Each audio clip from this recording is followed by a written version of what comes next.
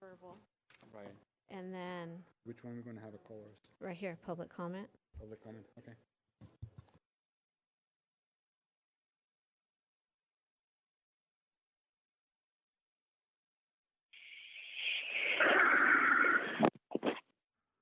All right, good evening, ladies and gentlemen. We're going to get our meeting started, and we will start out with the Pledge of Allegiance, as we always do. So if you'd please stand.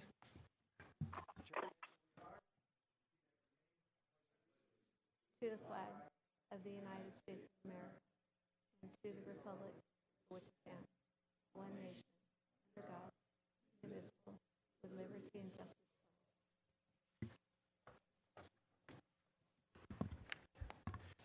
Well, ladies and gentlemen, as you can see from the dais here, we have some unusual circumstances. My fellow council members are not in attendance this evening. They are here with us by phone, teleconferencing, and the reason for that is obvious. I'm sure you're all aware of the crisis that the county is facing, and in deference to that, we thought it best that we keep our council members home and safe and healthy, and we set an example for the rest of the community. The Board of Supervisors in Ventura County did the same thing this morning, as our city councils all across the state. So with that, let me ask for the roll call, please. Councilmember Engler? Here. Yep. Councilmember Jones?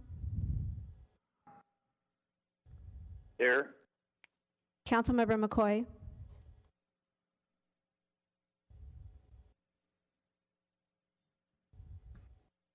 You there, Rob?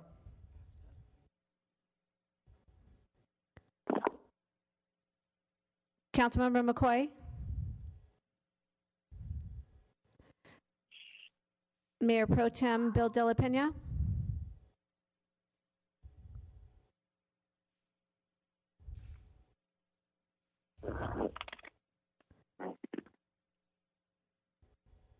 Mayor Pro Tem Bill De La Pena? All right, well, shall we take a minute here and find out what's the situation with our teleconferencing? Okay, I cannot hear anything, so I'm going to say here. I'm present. I can't hear anything. I don't hear anything at all. All right, well, we hear you. Do you hear us? No, I cannot hear the meeting. All right, Melissa. well, No. we're going to fix that. Stand by.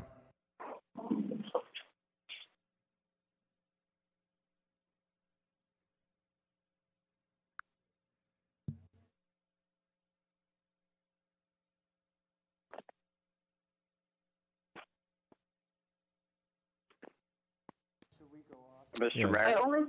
I only hear Rob talking. Take a That's brief me. take a brief 5-minute recess so we can. Yeah, well, ladies and gentlemen, as so often happens, we do have some technical difficulties. We're going to take a 5-minute break and get this all squared away. Thank you.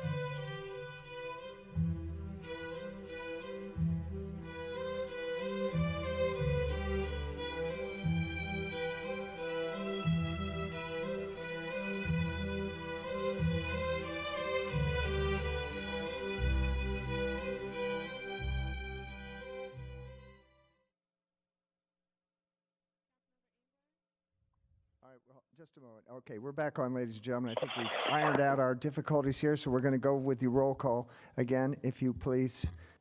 City Clerk. Councilmember Engler, Here. Councilmember Jones, Here. Councilmember McCoy, Present. Mayor Pro Tem Bill De La Pena, Present. Mayor Adam. And I'm here. Good. Sounds like all my colleagues are here on teleconferencing with us, and they're watching their screens so they can follow what's happening. And we're going to scrap our agenda for this evening and deal strictly with the health crisis that we're facing here in the city of Thousand Oaks and Ventura County. And we're going to get to that. But before we do, I want to call for public comments. I want the city clerk to call for public comments, actually. This is a time and place for public comments. A speaker card is available for those wishing to address the City Council regarding items on the agenda or on a subject within the city's jurisdiction. All remarks should be addressed to the council as a whole, and all documents for City Council and the official record should be presented to the city clerk prior to speaking. Speakers are requested to state their name and community of residence for the record.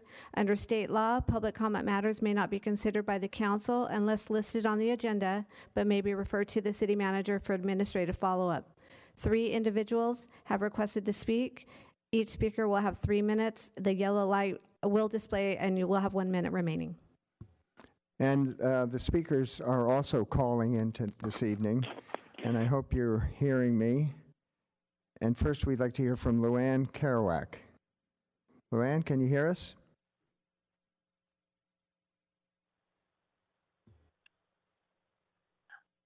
Okay. Luann? Hello? Is that Luann Kerouac? Hello? Yes. Okay, thank you. Hi, good evening. My name is Luann Kerouac. Thank you so much for taking my call. Can everyone hear me? Yes, we can. Can everyone hear me? We can hear I you. can't hear anyone, Go ahead. but everyone can hear me? Okay, thank you. Thank you so much. The reason why I was calling is because I am a healthcare administrator. I have been for the past 20 years, and I'm just voicing my thoughts on Everybody needs to mute their happening with phones. Coronavirus. Basically, I am really pleading with the council to really take a stance, even though the federal government is not, and mandating that unless it's necessary for people to be able to go out of their homes, obviously for pharmacies or healthcare needs, or if they need groceries, this epidemic, this pandemic that we have going on right now it's in a trajectory that's going in a horrible place. Right now, as it stands, there have been 1,800 new cases in the United States alone. We are only 1,000 cases right now behind France. And I understand that, we're in Ventura County and the numbers don't look the same that they do in Los Angeles. However, it's going to be in that same place very, very soon. And we are going to have a healthcare crisis on our hands. We have healthcare workers that are sick. We have people that are separated from their families in the healthcare industry that are self-quarantining, that have family members at home. And if we don't have the healthcare people to take care of the people who are sick, then we're really going to be in a lot of trouble. And I do know, obviously, there's a lot of economic things that need to be in consideration to this. But at the same time, the economics aren't going to matter if you don't have people alive that can actually take care of things for everyone in the community. And I really just am pleading with our city council that even though the federal government is not doing enough to protect our communities and the people of all ages, that we as an individual community need to do what we can to flatten this disease and the outcome that it's going to have. It's just a matter of time before neighborhoods are going to be with people in their households that unfortunately have passed away or are very sick from coronavirus. And that is basically the reason for my call this evening. All right. Thank you, Luann. Next up, we have Elizabeth Buonvicino. Okay, thank you so very much. Thank you. Elizabeth Buonvicino. Can you hear me, Elizabeth?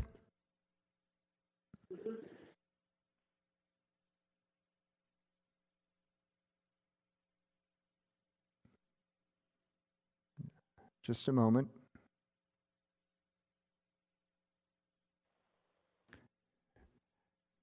Elizabeth Bonvicino. Okay. Hi, my Bonvicino. name is Elizabeth Bonvicino. Very good. I live in an apartment in Thousand Oaks. My husband's a painter, and he's lost work due to the coronavirus. I know Governor Newsom signed an executive order allowing local authorities to enact a moratorium on evictions for renters who cannot pay rent due to their loss of work, also including a moratorium on utilities being shut off until May 30th, 2020. And Mayor Eric Garcetti has enacted this moratorium for Los Angeles, and I'm requesting that our Thousand Oaks mayor do the same. Thank you. Thank you very much. We are addressing part of that this evening. And finally, we have Bruce Hamilton. Thank you. Thank you. Bruce?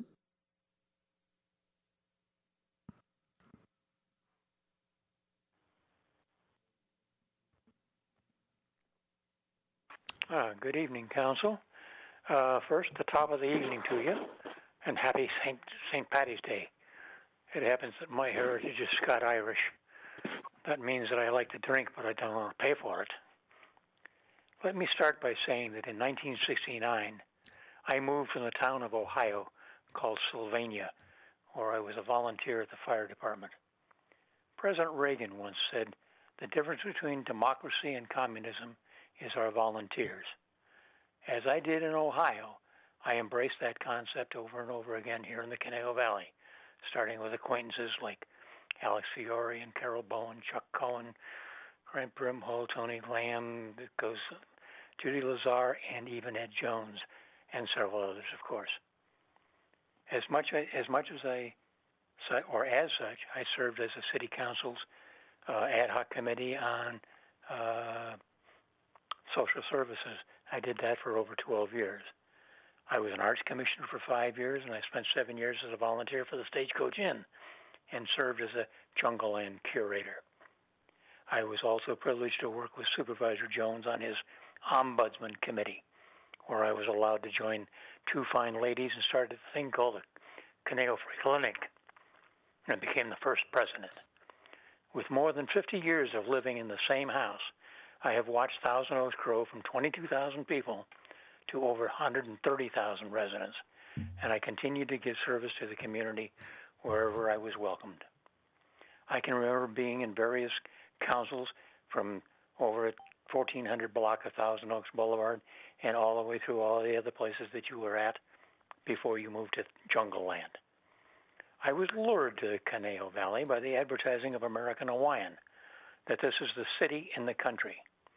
I also heard the admonishment of the people and the citizens here over and over again that this is not to become another San Fernando Valley with endless miles of streets, stores, and concrete buildings and parking lots.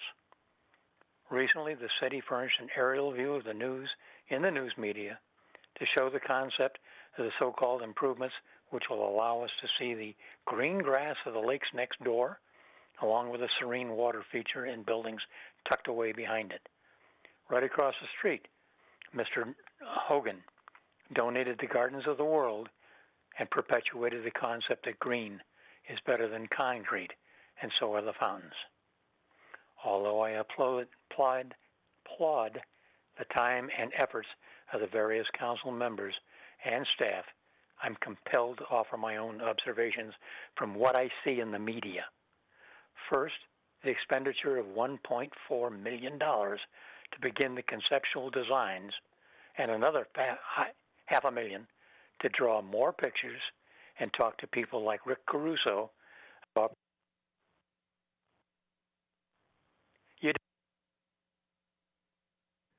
Bruce, your time is up, actually.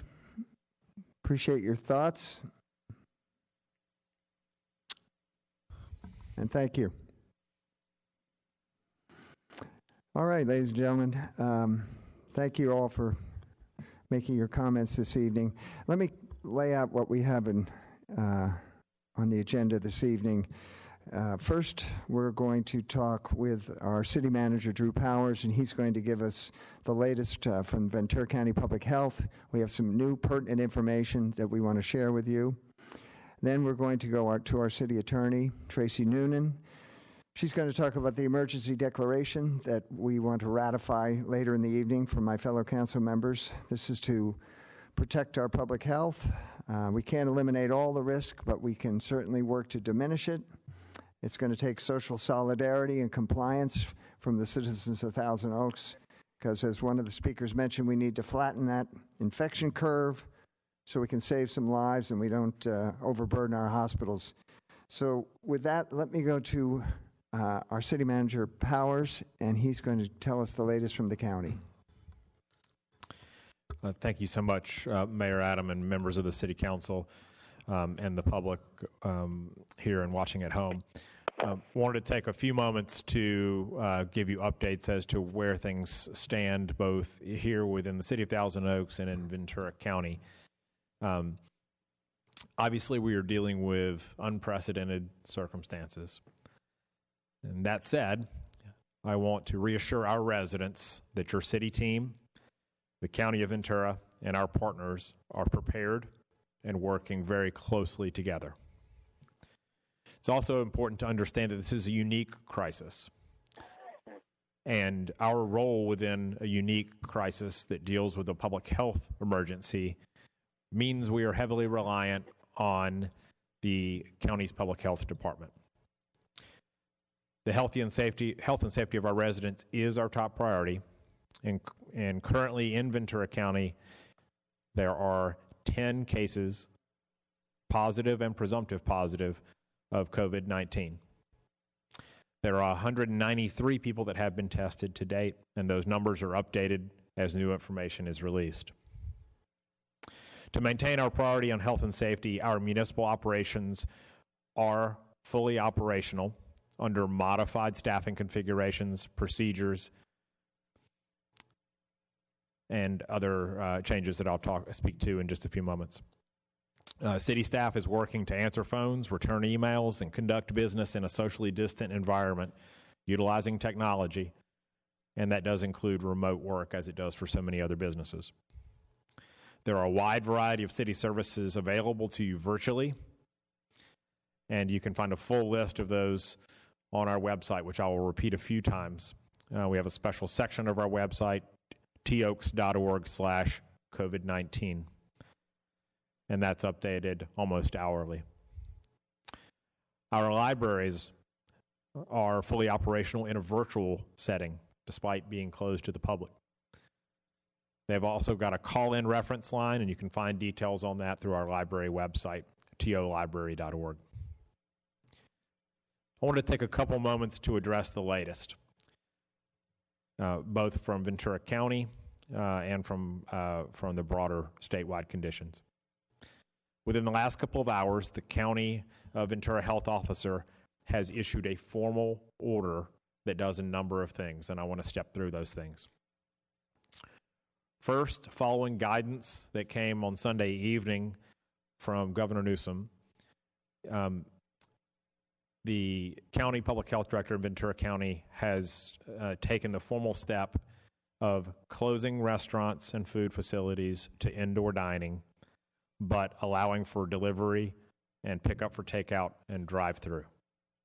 So the closure of restaurants and food facilities to indoor dining.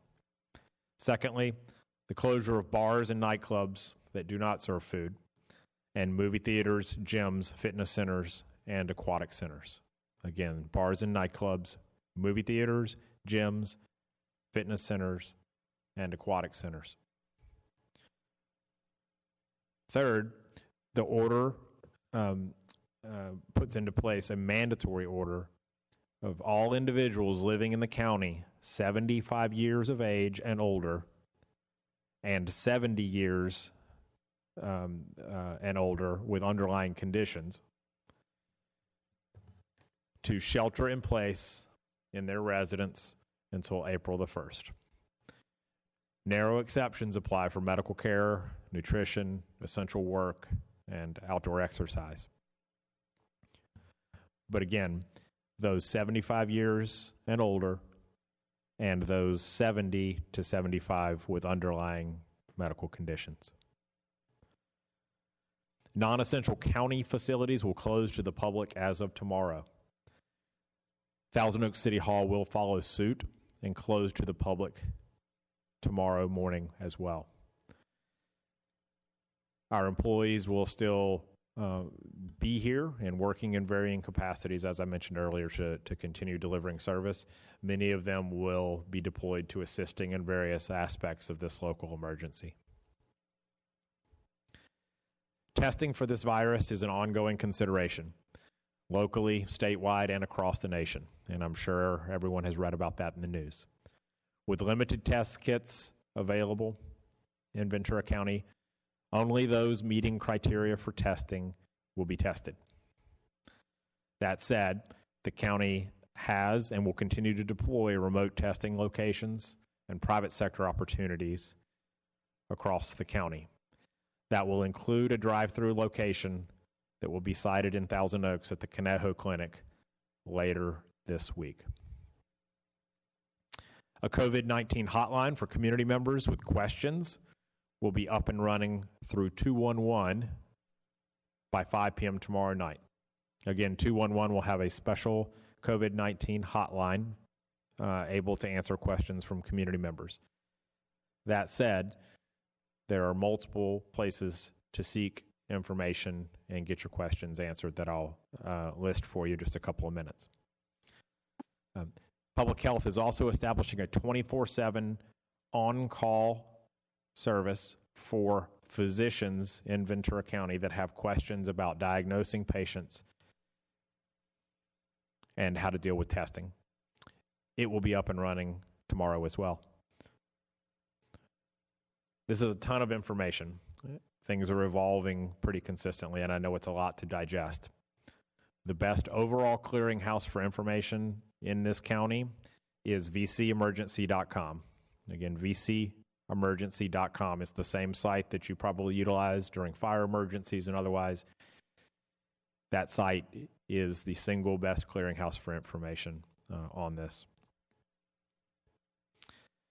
Finally, as I was coming down this evening, I was listening to the governor's press conference. One of the bigger takeaways from that press conference, and probably on the minds of many of you at home, certainly as it is for me with a 2-year-old at my house, is when are schools going to reopen, in my case, preschools.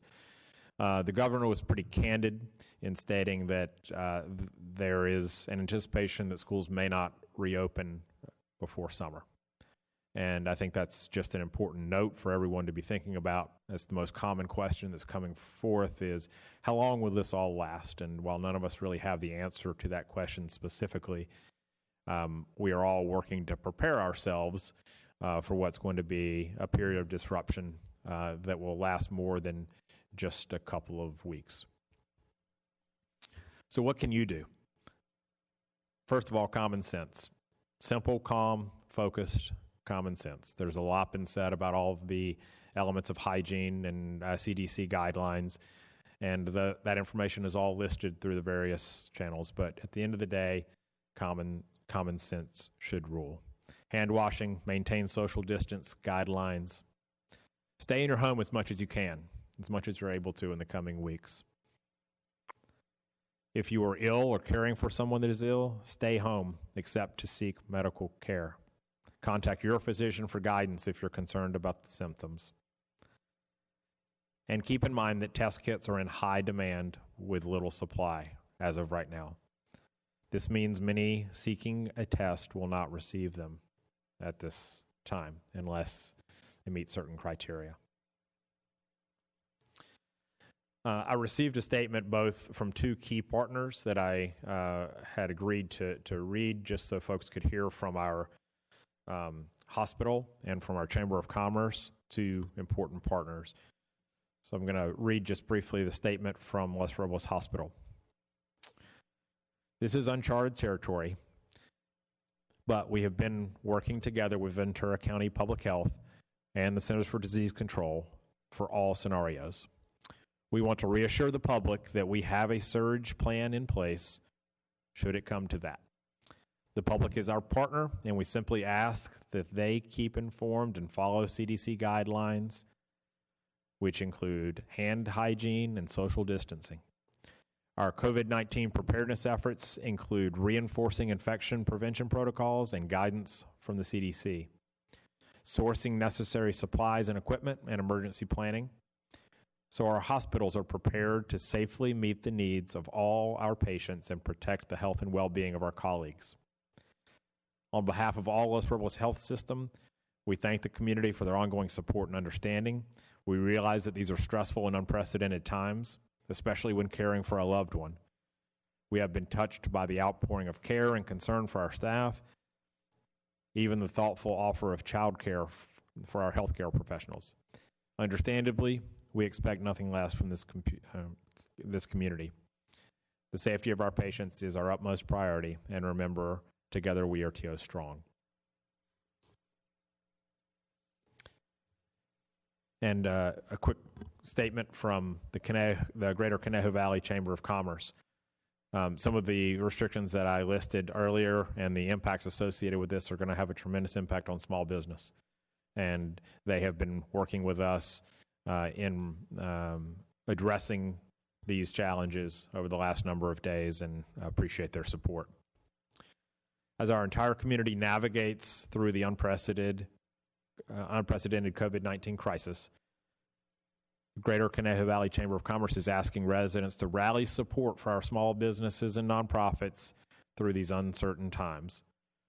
For the businesses that call Conejo Valley home, they do more than just work here. Business owners and employees live and raise their families here. So as we all make our personal decisions about how to move forward in the next weeks and months, know that our business community is doing the same. A few ways the community can support local business. Continue to support retailers and restaurants offering takeout and delivery service. Make an online purchase from a local business. Consider purchasing gift cards or booking a future service. Keep your memberships active, such as gyms and massage services. Donate or support a local nonprofit organization. Business resources are available at ConejoChamber.org. They have an FAQ page, sources of financial support, and wage replacement options and extended paid family leave and disability benefit information. The Chamber's Foundation will be launching a fund in the coming days, giving small businesses and nonprofits an opportunity to apply for a grant to assist with unrestricted operating expenses.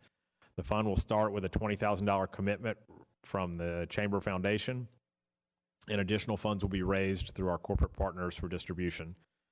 Our professionally staffed team is here to support all businesses through this very fluid situation. We thank you in advance for your continued support of our business community. Appreciate those notes from both our hospital partner and our chamber partner.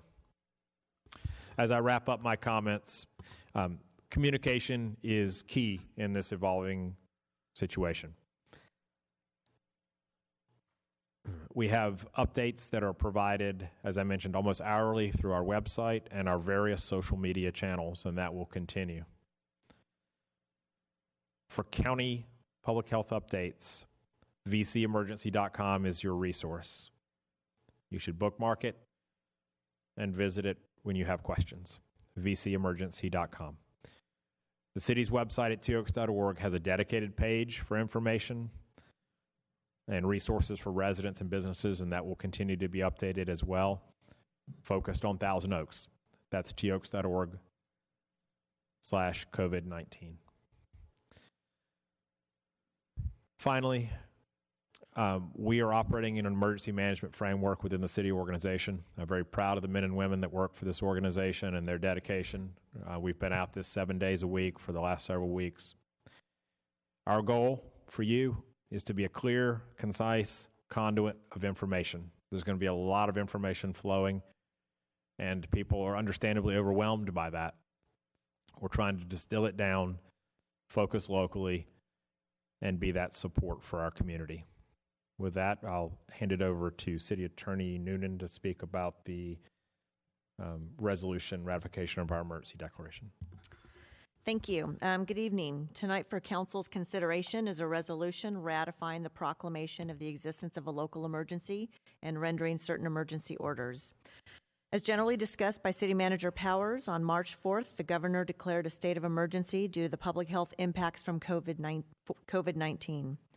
On March 12th, the Ventura County Public Health Officer declared a public health emergency. Subsequently, on March 12th, the City of Thousand Oaks Director of Emergency Services issued a proclamation and order proclaiming the existence of a local emergency.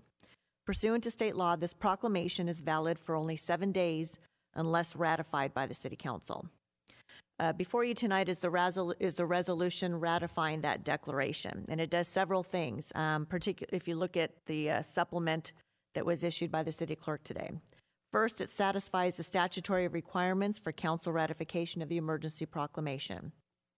Second, it permits the city to impose mandates and directives consistent with federal, state, and local laws. Third, it authorizes requests for mutual aid and requests for reimbursement by FEMA. Fourth, it allows the city to procure goods and services in an expeditious manner during this emergency.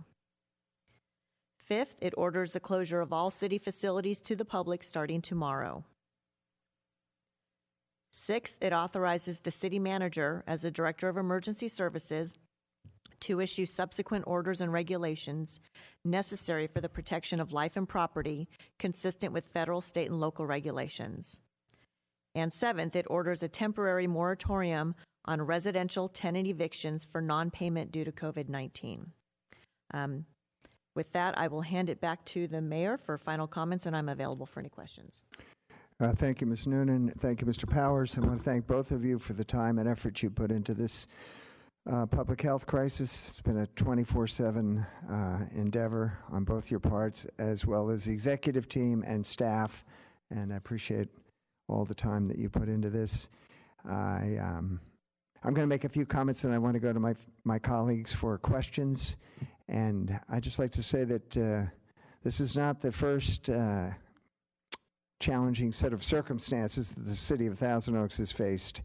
But time and time again, we've risen to meet the challenge. We've answered it with strength and with dignity. And now it's a time for our city to come together and work on something that's very different than what we experienced so far, but something that we can conquer. The health situation, as Mr. Powers said, is changing by the hour, but the outcomes ultimately depend on us. So I'm asking the public to be mindful of the people around you, your neighbors, your friends, your relatives. If they need help, if they need additional food, if they need resources, help them out, because we all have to pull together in this effort. We're monitoring the situation 24/7, and we're certainly working with the county health department to share information at all times. In fact, it's fortunate we had a council meeting scheduled for this evening, because as Mr. Powers noted, the regulations coming from the county, those just came out just a few hours ago. So we were glad to be able to share that with you so quickly. And typical of the citizens of Thousand Oaks, there's some very nice stories that are happening already that I'd like to just share with you briefly. We all know our former police chief, Tim Hagel, a wonderful guy. He's made it his life's work to help people here in the city of Thousand Oaks.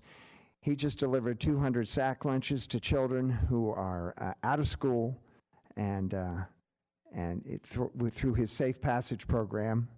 Thank you for that, Tim. He delivered a pallet of diapers to those in need, and he's delivered food to various homeless individuals in the area. Checking with our vulnerable populations is very important, and we appreciate this extraordinary act of humanity, and I know that we can count on Tim for more. Our library staff has given out books to students at school lunch sites. Of course, they respect social distancing, but an environment that can be very scary for children, I think it's really good to have a smiling librarian hand a book to a young child to help calm the path ahead for them. We've got high school and college kids that have a time on their hands, and we've seen dozens of them jump into action volunteering to deliver meals for the senior nutrition program, and that program is very critical to the health and well-being of seniors, and we're very grateful that the students are sustaining that program. And finally, Ventura County Community Foundation, which has been so helpful in some of the other crises that we've passed through, have established a rapid response fund for Ventura County. And you can get to that with very simply with vccf.org. This fund's going to support nonprofit organizations. It's going to address the needs of individuals and families with food and housing support, child care, wage replacement, mental health care, and more. The fund's also going to support small businesses, and we've already had some substantial donations to this fund. So as time goes on, there's going to be many opportunities in the community to volunteer your time in a safe way, of course, to benefit those around you.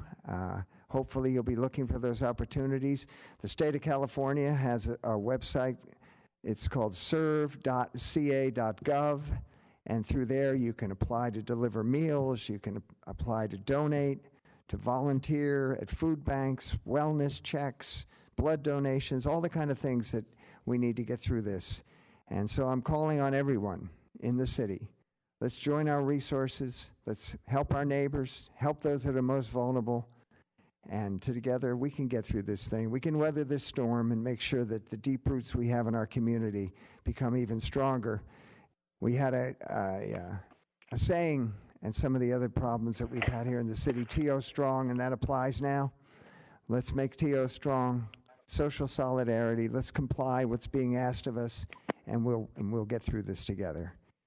So, with that, I would like to now go to my colleagues and ask for questions, and I'd like to take. All right. Okay. I'd like to take them in order, and if we could start with Mayor Pro Tem Claudia Bildo de Pena. Claudia, can you hear me? Yes, I can. All right. Do you have some questions or comments that you'd care to make? We have a little bit of a delay. Yes. I see. Okay. Well, we can deal with that. So please bear with me. I do have a couple of questions now with the new order that was issued by Dr. Robert Levin from the Ventura County Public Health Department regarding Claudia, I have to interrupt you for just a moment. Claudia. Over the age of 70 with underlying. Go ahead. We're just getting a little static in the background, that's all. That's probably because other phones were unmuted. Maybe they can be muted. Yeah, if my fellow council members would mute their phones, we'll be able to hear Claudia better.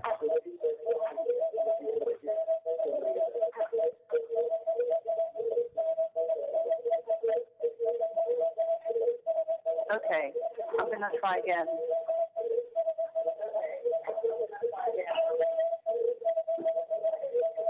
With the new orders. Can you turn the volume down on the TV, please? That might help. Over the age of 70 and 75. I'm already receiving questions from residents. What do they do if they have to go see the doctor, or if they have to go to the hairdresser, for example? Although, of course, going to the hairdresser may not be as vital as seeing the doctor. Do we know whether exceptions are made for certain errands? Yeah, I'll address that, Mayor Pro Tem. The order states that exemptions shall only exist as necessary to seek medical care, nutrition, or to perform essential work in health care or government.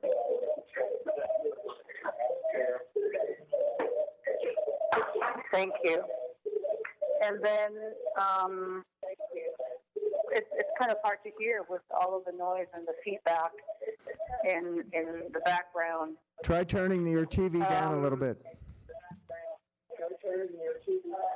Yeah, we already did. But then I can't hear you, Mr. Mayor, if I turn it down completely. Well, just go ahead with your comments. We hear you. Well, I did have other comments, but perhaps we can go to my colleagues now. All right. Very good. Councilmember McCoy, would you like to have a question or a comment? No, I'm fine. Just make sure the other council members mute their phone. I'm listening.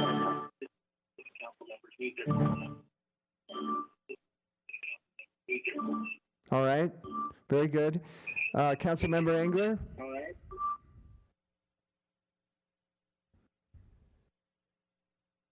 Thank you, Mayor. We hear you. Can you hear me, Mayor? We hear you, yes. Thank you for nodding, television. City Manager. I think that we have to take a moment and just reflect on where we have been in the past. I think we can all remember back to 9/11. We can all remember back to other incidences as recent as the Woolsey fire and also our borderline. These were incidents where we pulled together as a community. We now have another opportunity to pull together to assist in this medical issue that's occurring within not only our community, but in state but also the country. I think the way that I know that many of us have approached it is not try to solve the entire problem ourselves, but to look for ways to assist. I'm glad that you mentioned the volunteer website from California that will allow people to sign up. There's local organizations that come to mind. The Senior Concerns is very interested in helping those seniors who are now sequestered in their homes. There are my charity with the Red Cross. They are helping with delivering meals to children who are on the meals program at school and no longer can receive it. There are a lot of charities locally that you can take a piece of this problem and help solve it. So I urge everyone to do just that, in that they would find a place they can help and use their time and energy to help solve this problem.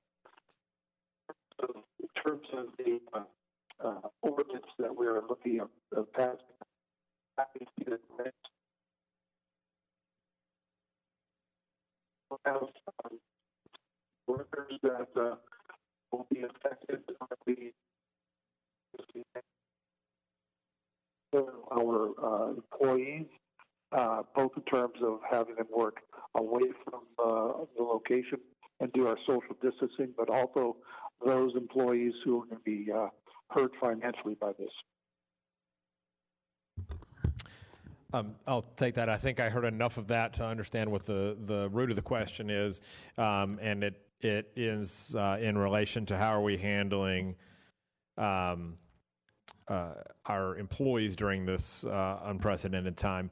So we've been planning for this with business continuity plans for the last 3 weeks, and there's a variety of different fronts when you run a municipal corporation, from libraries to engineers and public works. But I would tell you that our employees are all working in varying capacities, from a remote work status to being here in City Hall in a more spaced out capacity. For those that can't see the council chambers tonight, it was set up in preparation for that, with staff sitting in separate areas. So we are leveraging a lot of different technologies in order to maintain connections during this time and keep business moving forward, both responding to the immediacy of the crisis, but also focusing on how we're going to emerge out of this crisis as a community with business moving forward. There are impacts to other aspects of our workforce, most notably our part-timers, and we're working closely with them to provide guidance and stay in close communication with them as we move forward. Did that answer your question, Councilmember Engler? I tried to get what I heard of that.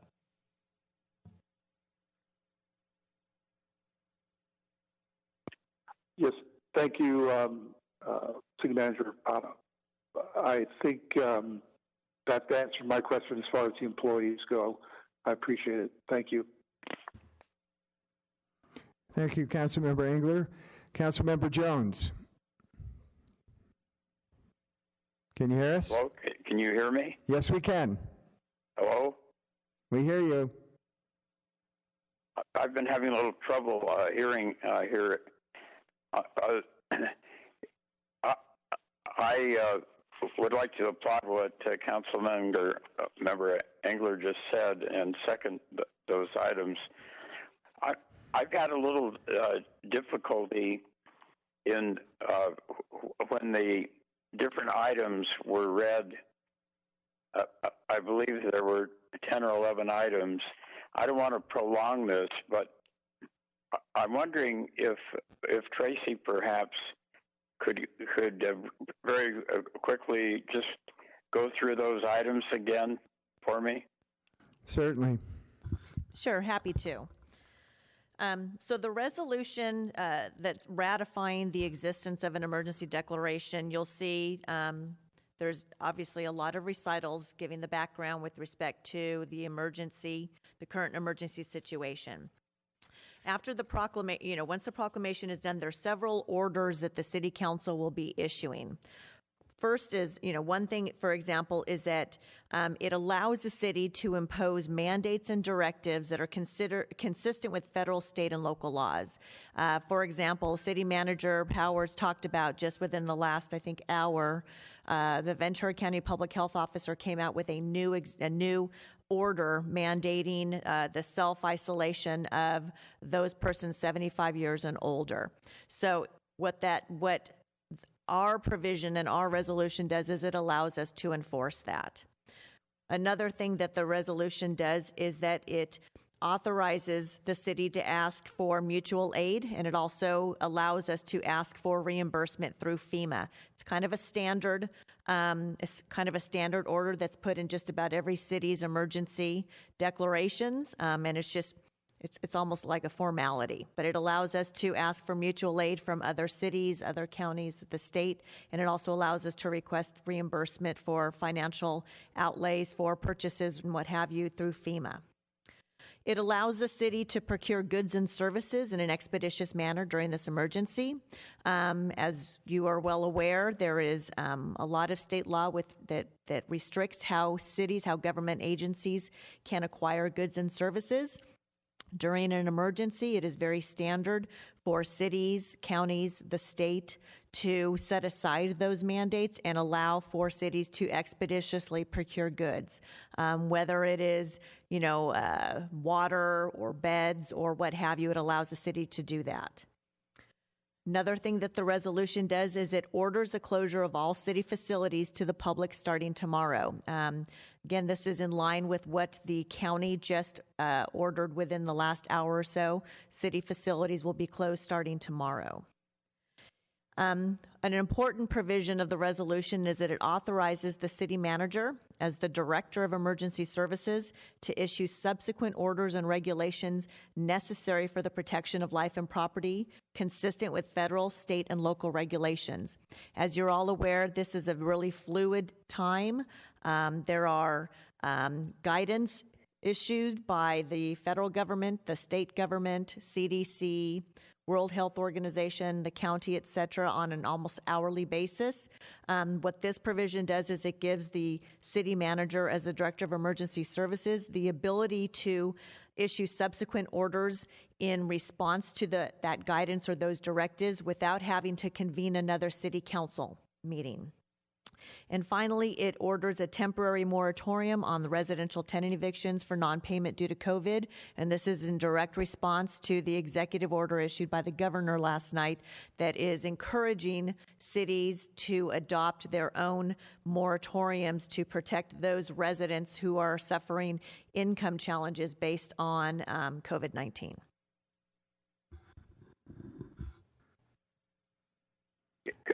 Could I ask a question? The one I have has something about price gouging on it. Is that still operative, or has that been omitted? Yes, that I didn't go into that one. That's kind of another one that's kind of a pro forma one that we do with all of our emergencies. It's also a state mandate. We are just reiterating that during the the time that an emergency is in place. We have a municipal code provision that prohibits price gouging, consistent with what the state does. So that is also included in the resolution. Well, let me just say that I really appreciate all that's being done, and this is kind of hard for me because I've got to turn the TV down. I'm hearing myself twice. My just on a personal note, my normal and automatic reaction to some type of crisis is to go out and do something. You know, go out and go to tell the people door to door, or you know, go sit in the malls. In other words, the idea of doing things indirectly, I believe that's perhaps what we can say for this, and by word of mouth and by telephone and so forth, is a little different. But I feel this crisis very keenly, and I'm reminded of other crises that we have had and that other people have had. I've recently read a biography of Winston Churchill, and they had like 90 days of continuous bombing on London in 1940, and you know, the people came through, and we're asking the people to do a similar thing now, and it may seem more difficult because it's not dramatic. It's a silent, slow killer we're dealing with, but I believe in some sense we have to not do maybe an active thing that we would want to do, and rather follow all these rules to the letter. And again, I'd like to conclude by applauding all that has been done, and I appreciate the fine remarks of my fellow council members, the city attorney and the city manager and the mayor, and I would just like to salute you for the good work you're doing. Thank you. Thank you, Councilmember Jones. Mayor Pro Tem, did you have some follow-up?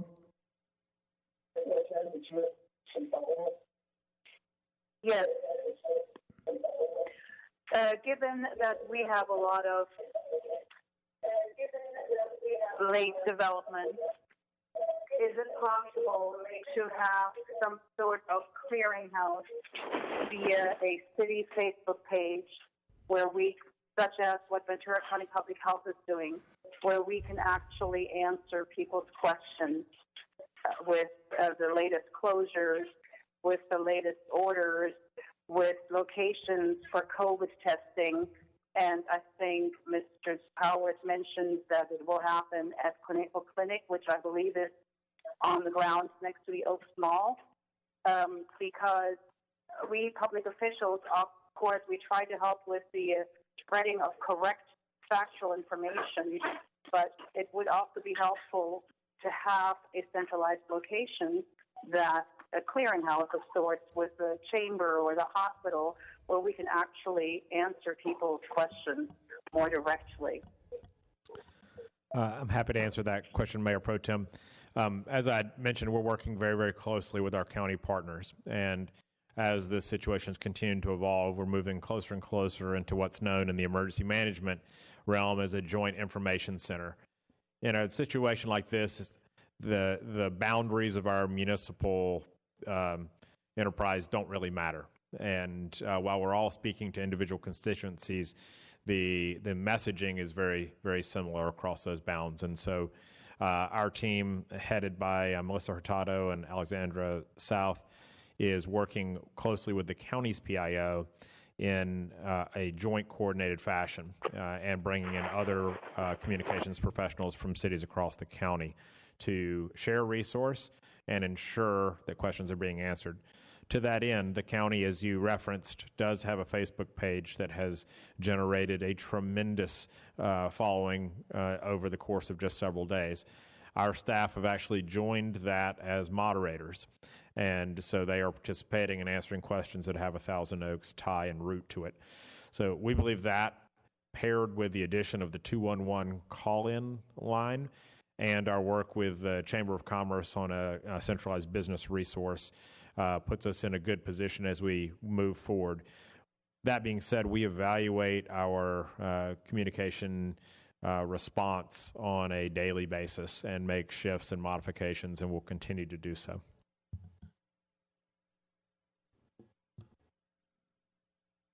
Thank you so much for doing that, and I do appreciate all the city staff is doing, all the volunteers are doing in the city, because we are in uncharted waters, so to speak, fighting a war that is against the silent killer, and so very different. It is something where it's a war that does not allow for direct social contact, and that is very different from anything experienced in the past.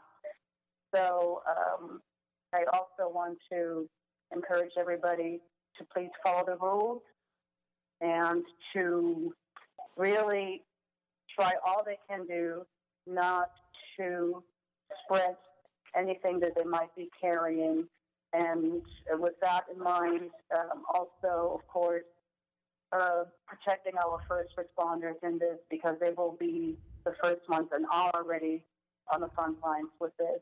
And if we all can just stick together, say a prayer, follow the rules, we will be able to get through this over the next few months. Thank you, Mayor Pro Tem. Any other questions or comments before we ask for a vote on the ratification of the emergency declaration? Mayor Adam, Bob Engler. All right, then I am going to take this to a vote. Mayor Adam. Oh, yes, sorry. Bob Engler here. Yes, go ahead. Thank you, Mayor Adam. City Manager Powers, in terms of our going out of our normal purchasing and procurement methods, this is the first time in my role, in the current role, that I've been on this road. How is the city going to account and report back to us as far as the amounts and differences in the procurement?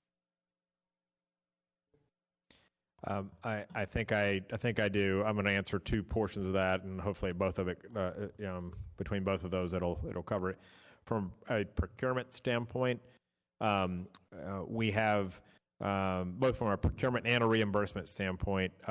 We established early on in this crisis, recognizing sort of where it was heading, that we established a tracking code for employee time, and we're utilizing that tracking code for reimbursement purposes. Now, it remains to be seen, given the scope and scale of this crisis, what that reimbursement source will look like and how it may emerge, but we're going to be prepared, as we always are, to recoup the cost associated with it. Procurement-wise, we're operating in our emergency operations format. We have a unit that's responsible for purchasing. City Attorney Noonan can speak to what that means in terms of waivers of different traditional purchasing requirements. Those are established when we're operating under a public health emergency. Thank you. Just for example, state law requires, for instance, for public works type projects, competitive bidding, and traditionally things such as putting out requests for bids, going through a bidding process, but that all takes a lot of time. So those types of provisions are waived during an emergency. It's very standard during an emergency to waive those provisions. And in this case, that's exactly what will happen. So that's a good example of how the procurement regulations will be changed during this time. That answer your question? Thank you for the clarification. Appreciate it. Okay. All right. Well, with that, I'd like to move on to this emergency declaration, and I'll need a motion, first of all, from one of my colleagues. I move to approve the emergency declaration. Thank you, Mayor Pro Tem. And now I'm going to go one by one for a voice vote. And Mayor Pro Tem, Yes? Thank you. Councilmember McCoy? Yes. Thank you. Councilmember Engler? Thank you. Is that a yes? Yes. Thank you. And Councilmember Jones? Aye. Thank you. And Mayor Adam votes yes as well. So the emergency declaration is passed. We've got that business taken care of. Mr. Powers would like to make a comment. Thank you so much, Mayor Adam. As we prepare to adjourn the meeting, I just wanted to make a reference for the public and for the council. We do have a meeting on the books slated for the 31st of March. We had an existing agenda, and obviously that agenda is going to take a different form as we move forward. So we will keep the public informed about whether that meeting will occur or not. And a lot of it will be dictated on the circumstances as they continue to evolve. So I just want to make everyone aware of that there is perhaps a high likelihood that meeting could be canceled. All right. Thank you, Mr. Powers. All right. Well, we're ready to adjourn here. All I would say is to my fellow citizens is to please remain calm, please remain thoughtful, please remain informed, but also please take this seriously. We're asking for your compliance for the rules that the Ventura County Public Health has set forth. Without a vaccine, this is our one way to slow the spread of this disease through staying away from public gatherings, through hygiene. You've heard it all. You know what to do, so we're counting on you for that. And we're also counting on you to help where you can. You've heard some volunteer opportunities tonight, and we hope you'll take advantage of those. So on behalf of the City Council, I wish my colleagues were here with me, but the circumstances just didn't allow for that. But I want to wish everyone in Thousand Oaks good health, and we're going to get through this together, and we're going to have a good outcome. So thank you very much. I'm going to adjourn the meeting.